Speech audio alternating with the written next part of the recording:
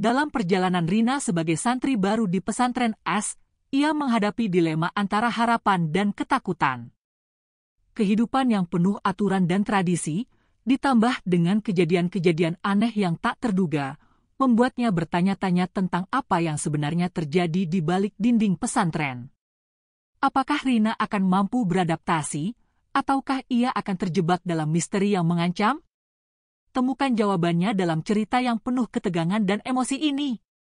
Jangan lupa untuk like, komen, dan subscribe di channel YouTube Zona Narasi untuk mengikuti kisah menarik ini dan tetap terhubung dengan cerita-cerita selanjutnya. Tahun 2016, Rina menatap langit senja dari jendela kamarnya. Bayangan gedung-gedung sekolah baru yang megah terbentang di ufuk, namun senyumnya tak sampai ke mata.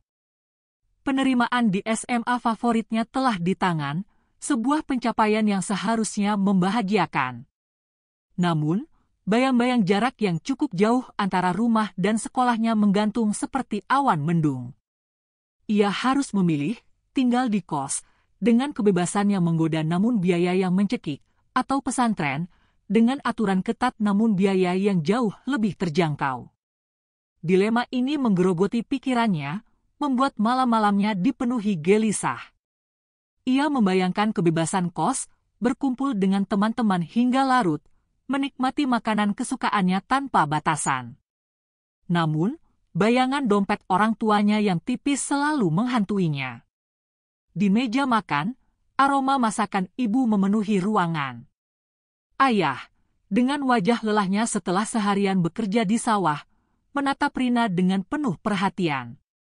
Ibu, dengan tangannya yang kasar namun lembut, menawarkan sepotong pisang goreng. Suasana makan malam terasa berat, dipenuhi keheningan yang hanya diselingi suara sendok dan garpu. Rina tahu, orang tuanya juga memikirkan hal yang sama. Mereka telah berdiskusi berulang kali, menimbang untung rugi setiap pilihan. Rina sendiri pun tak mampu mengambil keputusan. Kebebasan dan kenyamanan kos begitu menggoda, namun beban biaya terasa begitu berat dipikul oleh orang tuanya. Nak, suara ayah memecah keheningan, ayah dan ibu sudah memikirkan ini. Kita tahu kamu ingin bebas, tapi keadaan kita juga tidak memungkinkan untuk membiayai kos. Ayah mengusap wajahnya, seolah kelelahan fisik dan mentalnya bercampur aduk. Rina menunduk, menahan air mata yang mengancam jatuh.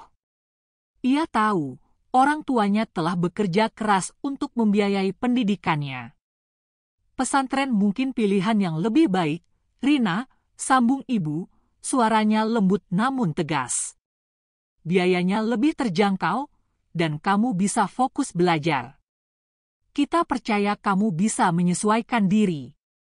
Ibu mengulurkan tangannya, menarik tangan Rina dan menggenggamnya erat. Sentuhan hangat itu memberikan Rina sedikit ketenangan. Rina menarik napas dalam-dalam.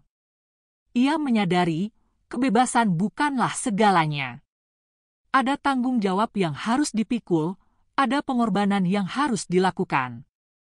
Ia melihat wajah lelah namun penuh kasih sayang orang tuanya. Keputusan itu terasa berat, namun ia harus memilih jalan yang paling bijak. Dengan suara yang sedikit gemetar, ia berkata, "Baik, Bu, ya. Aku akan memilih pesantren." Sebuah keputusan yang sulit, namun diiringi rasa syukur dan tekad untuk menjalani kehidupan barunya. Keputusan itu bukan tanpa keraguan. Bayangan aturan-aturan ketat di pesantren masih menghantuinya. Namun, rasa tanggung jawab pada orang tuanya dan keinginan untuk fokus belajar menguatkan hatinya. Ia akan berusaha beradaptasi, mencari sisi positif dari kehidupan pesantren, dan membuktikan bahwa ia mampu melewati tantangan ini. Malam itu, Rina tidur dengan lebih tenang. Keputusan telah diambil, dan ia siap menghadapi babak baru dalam hidupnya. Pesantren As menyambut Rina dengan suasana yang berbeda jauh dari hiruk-pikuk kota. Udara segar pedesaan memenuhi paru-parunya, menggantikan polusi yang biasa ia hirup. Bangunan-bangunan pesantren yang sederhana namun terawat rapi menunjukkan kedisiplinan dan ketenangan yang menyelimuti tempat itu. Rina, bersama Ani dan Ria, dua sahabatnya dari SMP, diarahkan oleh seorang santri senior untuk melihat-lihat kobong yang masih tersedia. 9 kobong terbagi dalam 2 wilayah, utara dan selatan, dipisahkan oleh koperasi dan rumah kiai. Kobong-kobong di utara tampak sempit, sesak jika dihuni belasan santri. Sedangkan kobong-kobong di selatan terlihat lebih luas dan nyaman.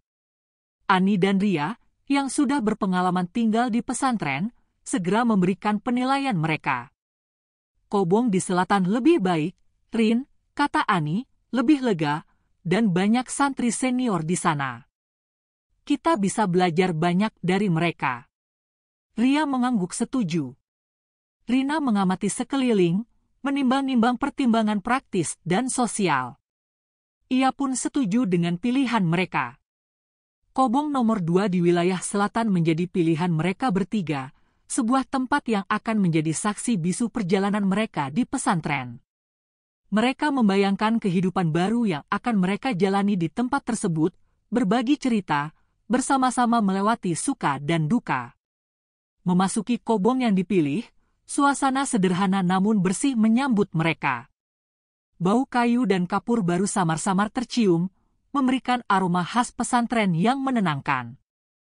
3 ranjang sederhana tertata rapi, masing-masing dengan kelambu tipis yang melindungi dari nyamuk. Jendela kecil menghadap ke halaman belakang, memberikan sedikit cahaya alami yang menembus ruangan. Meskipun sederhana, kobong itu terasa nyaman dan hangat, memberikan rasa aman dan ketenangan bagi Rina, Ani, dan Ria. Mereka mulai membagi tugas, menata barang-barang bawaan mereka, dan membayangkan bagaimana kehidupan mereka akan berjalan di tempat baru ini. Namun, kenyamanan itu hanya berlangsung sementara. Kehidupan di pesantren ternyata jauh lebih berbeda dari yang Rina bayangkan. Kebiasaan santri yang hanya makan 2 kali sehari, bangun sebelum subuh untuk tahajud, dan berbagai aturan lainnya terasa begitu berat bagi Rina yang terbiasa dengan gaya hidup yang lebih bebas. Ani dan Ria, yang sudah terbiasa, dengan mudah beradaptasi. Mereka membantu Rina menyesuaikan diri, mengajarkannya tata krama pesantren, dan membantunya mengatasi kesulitan yang dihadapi. Rina merasa bersyukur memiliki 2 sahabat yang begitu pengertian dan suportif. Rina sering merasa tertekan dengan banyaknya aturan yang harus dipatuhi. Ia merindukan kebebasan yang dulu ia miliki, merindukan waktu luang yang bisa ia gunakan untuk melakukan hal-hal yang ia sukai. Namun, ia berusaha untuk tetap tegar. Ia menyadari bahwa ia telah membuat pilihan, dan ia harus bertanggung jawab atas pilihannya itu. Ia berjanji pada dirinya sendiri untuk berusaha sebaik mungkin beradaptasi dengan kehidupan barunya. Ia harus membuktikan bahwa ia mampu menjalani kehidupan di pesantren.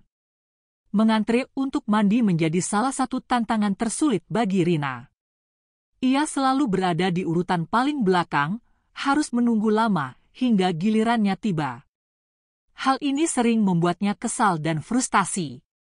Namun, ia berusaha untuk bersabar dan tidak mengeluh. Ia belajar untuk menghargai waktu dan kesempatan yang ada. Ia juga belajar untuk berempati kepada santri lain yang juga mengalami hal yang sama. Selain itu, Rina juga harus beradaptasi dengan kebiasaan-kebiasaan baru, seperti mencuci dan menjemur pakaian sendiri di malam hari, dan mengkaji kitab-kitab agama. Semua ini terasa berat dan melelahkan, namun Rina berusaha untuk tetap semangat. Ia menyadari bahwa semua ini adalah bagian dari proses pembelajaran dan pendewasaan dirinya. Ia harus belajar untuk mandiri dan bertanggung jawab atas dirinya sendiri. Di tengah kesulitan yang dihadapinya, Rina tetap berusaha untuk menemukan sisi positif dari kehidupan pesantren. Ia menemukan banyak hal baru yang membuatnya belajar dan bertumbuh.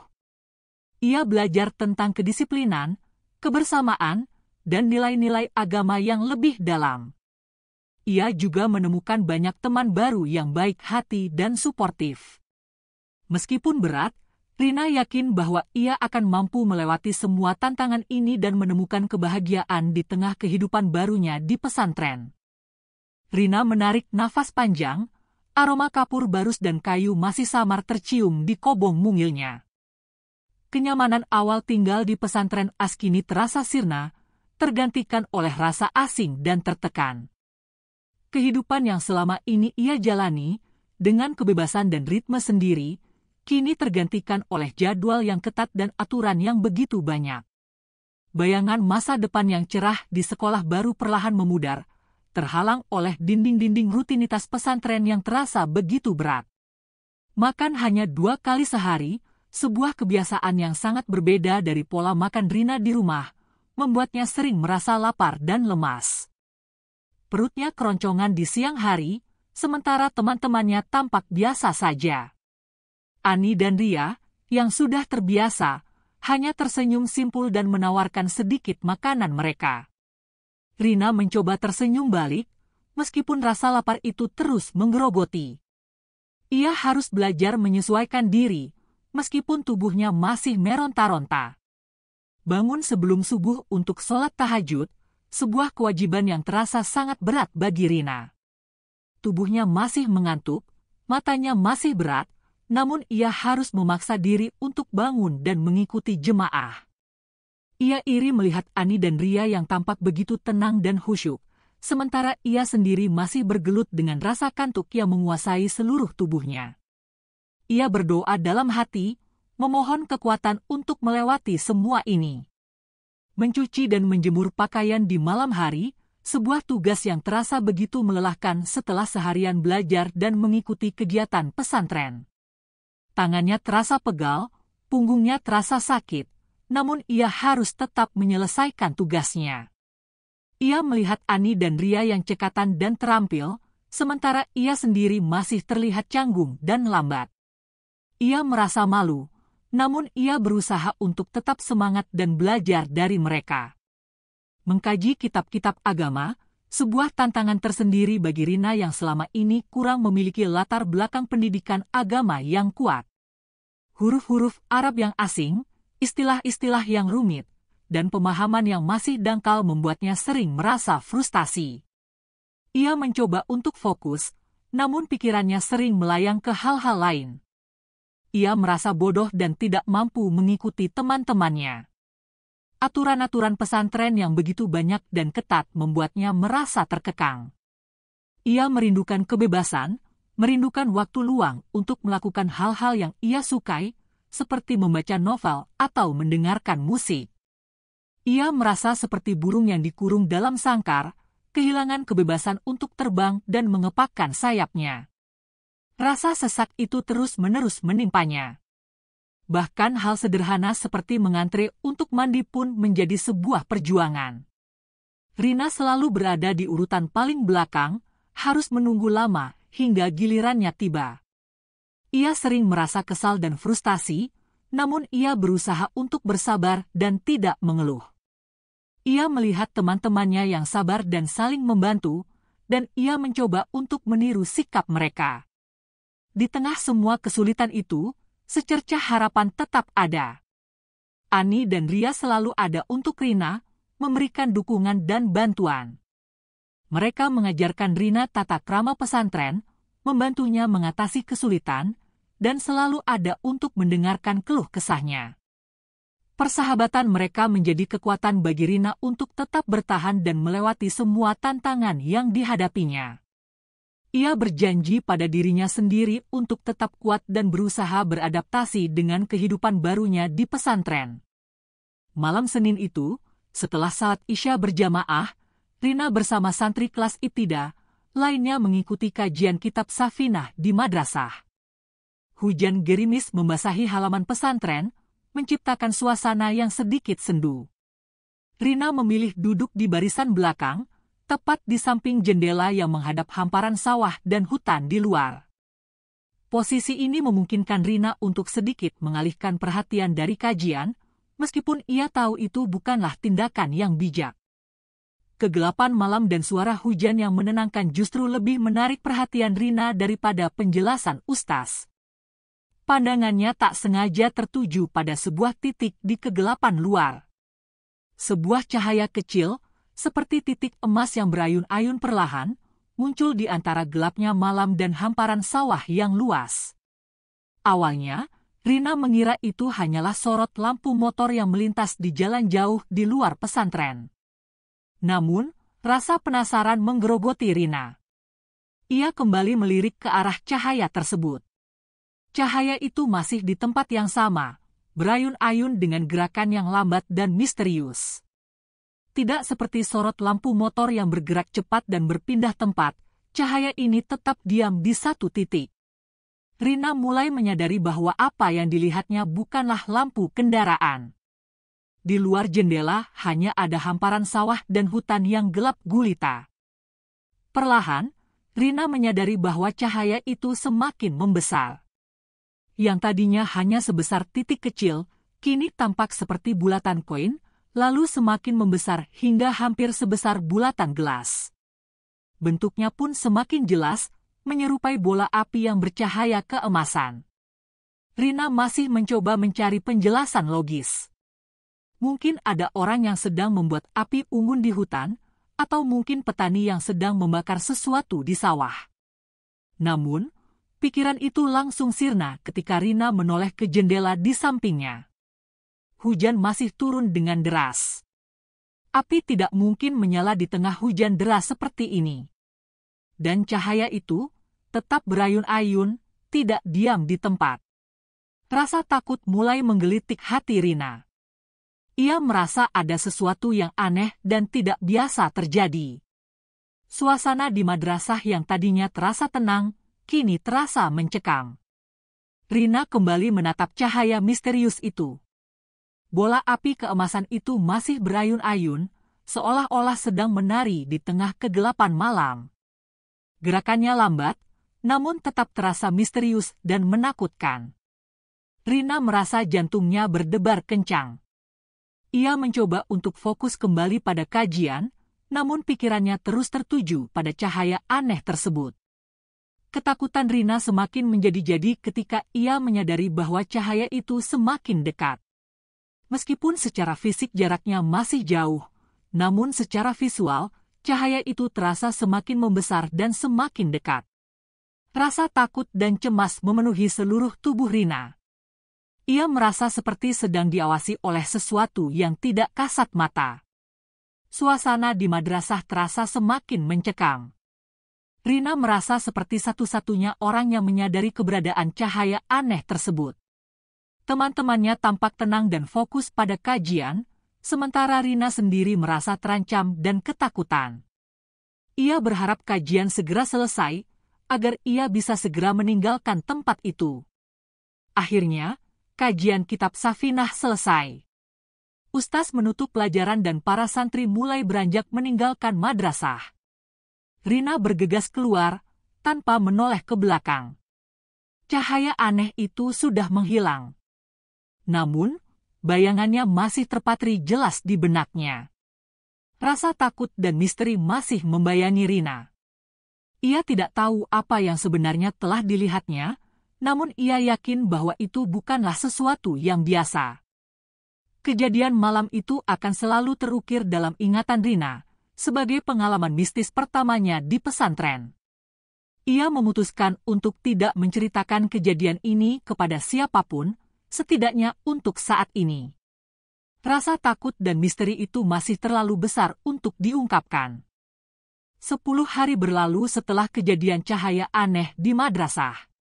Rina masih merasa sedikit gelisah, bayangan bola api itu masih terngiang di benaknya. Malam itu, menjelang tidur, Rina merasa perlu mengganti pembalut. Jam menunjukkan pukul 11 malam. Kebanyakan santri sudah terlelap, hanya beberapa yang masih bercengkrama di kobong masing-masing. Rina berjalan menuju kamar mandi, hanya beberapa langkah dari kobongnya. Udara malam terasa dingin menusuk kulit. Keheningan malam hanya diiringi suara jangkrik yang bercicit di kejauhan. Rina sampai di depan kamar mandi. Ada 3 kamar mandi di pesantren, 2 di sebelah kiri dan 1 di sebelah kanan, dipisahkan oleh sebuah tembok pendek dan anak tangga menuju tempat penjemuran pakaian.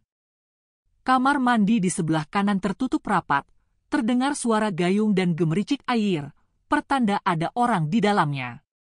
Rina menoleh ke kiri. 2 kamar mandi berjejer, namun satu di antaranya sudah tidak berfungsi. Kamar mandi yang masih berfungsi berada di ujung, hanya dibatasi gorden, bukan pintu. Gordennya tertutup, dan samar-samar terdengar suara air yang mengalir. Rina memutuskan untuk menunggu.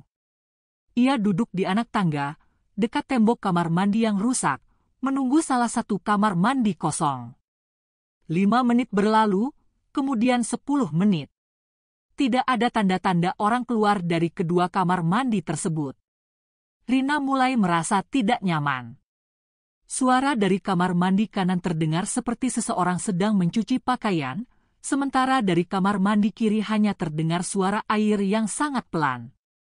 Tiba-tiba, Rina melihat sesuatu yang membuatnya tersentak.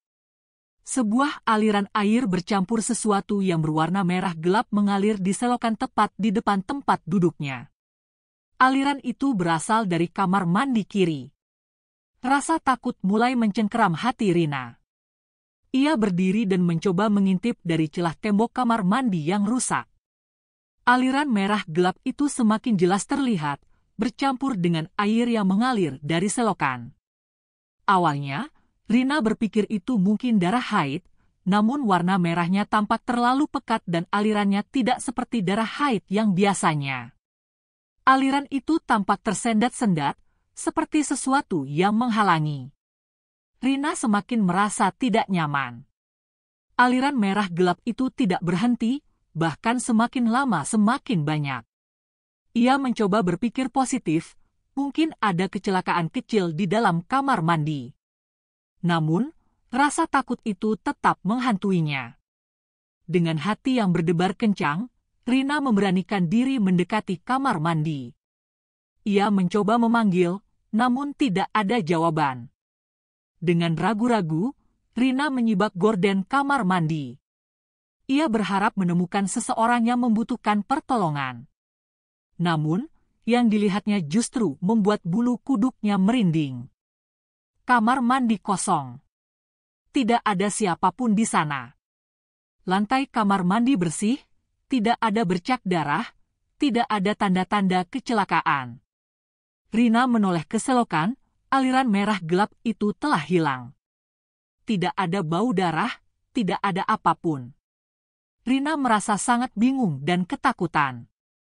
Ia langsung berlari kembali ke kobongnya, pikirannya kacau balau. Kejadian di kamar mandi itu jauh lebih menakutkan daripada cahaya aneh di madrasah. Ia tidak mengerti apa yang sebenarnya terjadi. Apakah itu hanya halusinasi? Atau ada sesuatu yang lebih dari itu? Rina tidak berani menceritakan kejadian ini kepada siapapun. Kejadian itu menjadi misteri yang terus menghantuinya. Keesokan harinya, Rina pingsan saat upacara peringatan Hari Guru. Tekanan darahnya turun drastis. Ia kemudian dirawat di rumah sakit selama beberapa hari. Setelah kejadian itu, Rina memutuskan untuk keluar dari pesantren dan memilih tinggal di kos. Ia butuh ketenangan dan kehidupan yang lebih normal. Setelah mengalami serangkaian kejadian aneh di pesantren, Rina merasa semakin tertekan. Setiap malam, bayangan cahaya aneh dan aliran darah yang misterius menghantuinya. Meskipun ia berusaha untuk tetap fokus pada pelajaran dan beradaptasi dengan kehidupan santri, ketidaknyamanan itu terus mengganggu pikirannya. Rina sering terbangun di tengah malam, teringat akan kejadian di kamar mandi dan suara-suara aneh yang kadang terdengar dari kobong sebelah. Ia merasa seolah-olah ada sesuatu yang tidak beres di tempat itu. Suatu malam, Rina duduk di atas kasurnya, merenungkan semua yang telah terjadi. Ia teringat akan percakapan dengan Ani dan Ria, yang tampaknya lebih tenang dan bisa beradaptasi dengan baik. Mungkin aku terlalu lemah, pikirnya. Namun, di dalam hatinya, Rina tahu bahwa perasaannya bukan hanya sekadar ketidaknyamanan biasa. Ada sesuatu yang lebih dalam yang membuatnya merasa tidak aman. Ia merasa terasing di tengah keramaian santri lainnya. Keesokan harinya, saat sarapan, Rina melihat wajah-wajah ceria teman-temannya. Mereka tertawa dan bercanda, sementara Rina hanya bisa tersenyum tipis. Ani dan Ria mengajaknya untuk bergabung dalam kegiatan di pesantren, tetapi Rina merasa tidak bersemangat. "Aku butuh waktu sendiri," ujarnya, berusaha meyakinkan diri bahwa ia bisa mengatasi semua ini.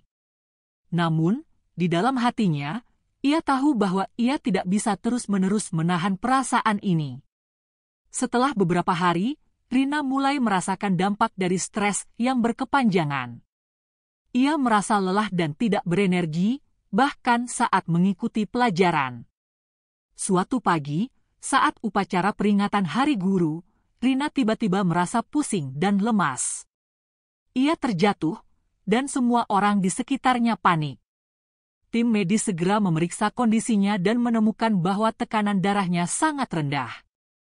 Rina merasa malu, tetapi di dalam hatinya, ia tahu bahwa ini adalah tanda bahwa ia tidak bisa lagi bertahan di pesantren. Setelah kejadian itu, Rina merenungkan kembali semua yang telah terjadi. Ia berbicara dengan orang tuanya melalui telepon, mengungkapkan semua ketakutannya dan pengalaman mistis yang ia alami. "Aku tidak merasa aman di sini, Bu. Aku ingin pulang," ujarnya dengan suara bergetar. Ibunya mendengarkan dengan penuh perhatian dan memberikan dukungan. "Kalau itu yang terbaik untukmu, Nak, kami akan mendukung keputusanmu," jawab ibunya lembut. Rina merasa lega mendengar dukungan dari orang tuanya. Ia mulai merencanakan kepulangannya, mengemas barang-barang dan mengucapkan selamat tinggal kepada teman-temannya. Ani dan Ria terlihat sedih, tetapi mereka memahami keputusan Rina. "Kamu harus melakukan apa yang membuatmu merasa nyaman," kata Ani sambil memeluk Rina. Rina berjanji untuk tetap berhubungan meskipun ia tidak lagi tinggal di pesantren. Hari terakhir di pesantren terasa campur aduk bagi Rina. Ia merasa sedih meninggalkan tempat yang telah menjadi bagian dari hidupnya selama beberapa bulan, tetapi di sisi lain, ia merasa lega dan bebas. Saat melangkah keluar dari gerbang pesantren, Rina merasakan angin segar yang menyapu wajahnya. Ia tahu bahwa keputusan ini adalah langkah yang tepat untuk kesehatan mental dan emosionalnya. Setelah kembali ke rumah, Rina merasa seolah beban berat telah terangkat dari pundaknya. Ia bertekad untuk melanjutkan pendidikan di tempat yang lebih sesuai untuknya. Meskipun pengalaman di pesantren tidak akan pernah terlupakan, Rina belajar bahwa penting untuk mendengarkan hati dan menjaga kesehatan mental. Dengan semangat baru, ia siap menghadapi tantangan berikutnya dalam hidupnya.